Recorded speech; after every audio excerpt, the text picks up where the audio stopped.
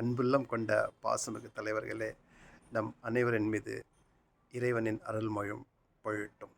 இன்றைக்கி நாம் எடுத்துக்கொண்ட டாபிக் வக்ஃப் சொத்துக்கள்.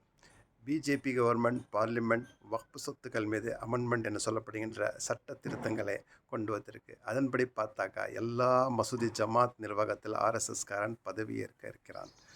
புதிய அமெண்ட்மெண்ட் வந்திருக்கு. அந்த வக்ஃப் போர்டில் வக்ஃப் கவுன்சில்லையும் முஸ்லீம் அல்லாதவர்களை சேர்க்கணும் என சட்ட திருத்தம் கொண்டு வந்திருக்காங்க. அது எதிர்கட்சிக்காரங்க ஆரம்பத்திலே எதிர்த்திருக்காங்க. நல்ல விஷயந்தான். அந்த எதிர்ப்புனால் இப்போ parliament action committee, joint parliament கமிட்டிக்கு ஆய்வுக்காக சென்றிருக்கு. அங்கேயே மட்டும் என்ன வாழுது, அங்கேயும் பிஜேபிக்காரன் தான் உட்காந்துருக்கான். அவன் இதெல்லாம் சரியாக இருக்குன்னு சொல்லி நிச்சயமாக அதை பாஸ் பண்ணி அனுப்பிச்சிட போகிறான். அது பாஸ் ஆகி அந்த அமெண்ட்மெண்ட் பாஸ் ஆகி வந்தால் நிச்சயமாக எல்லா மசூதி ஜமாத்லேயும் ஒரு ஆர்எஸ்எஸ்காரன் பதவியேற்க இருக்கான்.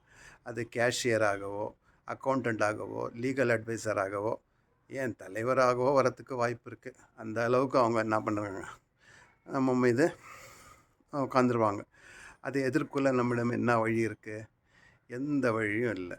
எந்த கட்சிக்காரனும் ஆர்எஸ்எஸ்காரனை எதிர்க்க வலுவில்லாதவனாக தான் இருக்கான். அது திமுகவாக இருக்கட்டும், முஸ்லீம் லீக்காக இருக்கட்டும், தமுகவாக இருக்கட்டும், அவங்க எல்லாம் பேருக்கு தான் அவர்களை எதிர்ப்பாங்க தவிர உளவுபூர்வமாக அவனை எதிர்க்கிறதுக்கு ஒரே ஆள் எஸ்டிபிஐக்காரன் மட்டும்தான்.